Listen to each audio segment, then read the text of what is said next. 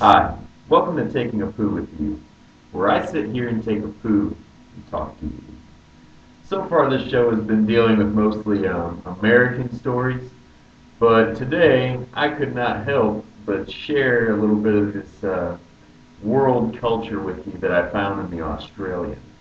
Apparently, they had to let their police minister go. His name's Matt Brown, for having simulated sex with an MP. And according to the Australian, um, I'm sitting here reading Mr. Brown's antics at a late night setting of Parliament 3 months ago were observed by a number of MPs partying in his office, which is awesome because who doesn't want to party in government?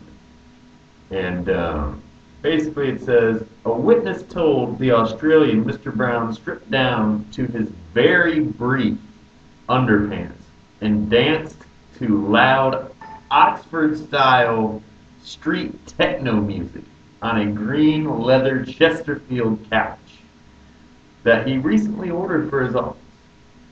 So we can definitely tell that Mr. Brown likes to party in his underwear. The witness also said Mr. Brown mounted the chest of Wollongong MP Noreen Hay.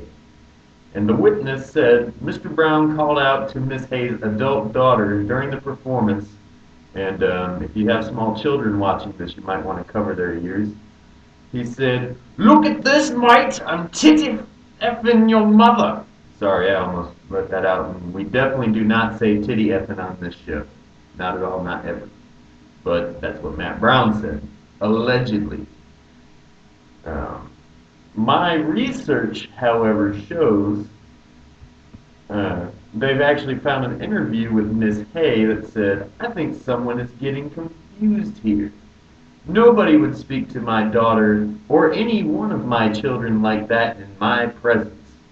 And she had no idea why Mr. Brown quit and just didn't think that what he did was bad and denied that he did simulate sex on her and try to, mount her chest and all that. So that brings us to the question, are Australian politics dirty? Do people really care if the police minister tries to mount the chest of somebody? I have some graphs that I found very interesting. Right here, we have, as I check to make sure you can read this on my monitor, the Australian Security and Fun projections. And as you can see, there are the months right there and where Matt Brown is elected. Now, you see that black graph right there? That simulates security with Mr. Brown. It stays pretty much the same. However, the sexiness, since Australia kind of sucks, went way up based on Matt Brown.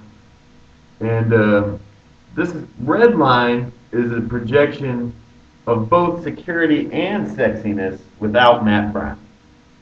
So as you can see, with Matt Brown in, they stay pretty much just as secure. They're a lot sexier. And without him, everything kind of goes in nosedives. So that would seem to show Mr. Brown should stay in office instead of resigning like he was forced to. I also have a pie chart of Australia's overall opinion of Matt Brown. And a lot of the people have a good opinion. I'd say that's a little over 75%.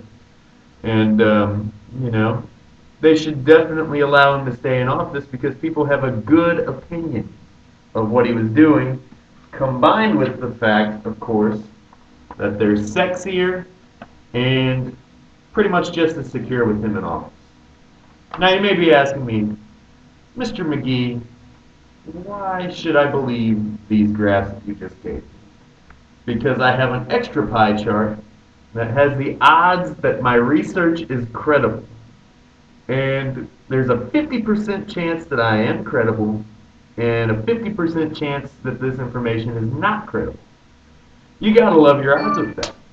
It's kind of like betting on sports games. You're either right or you're wrong.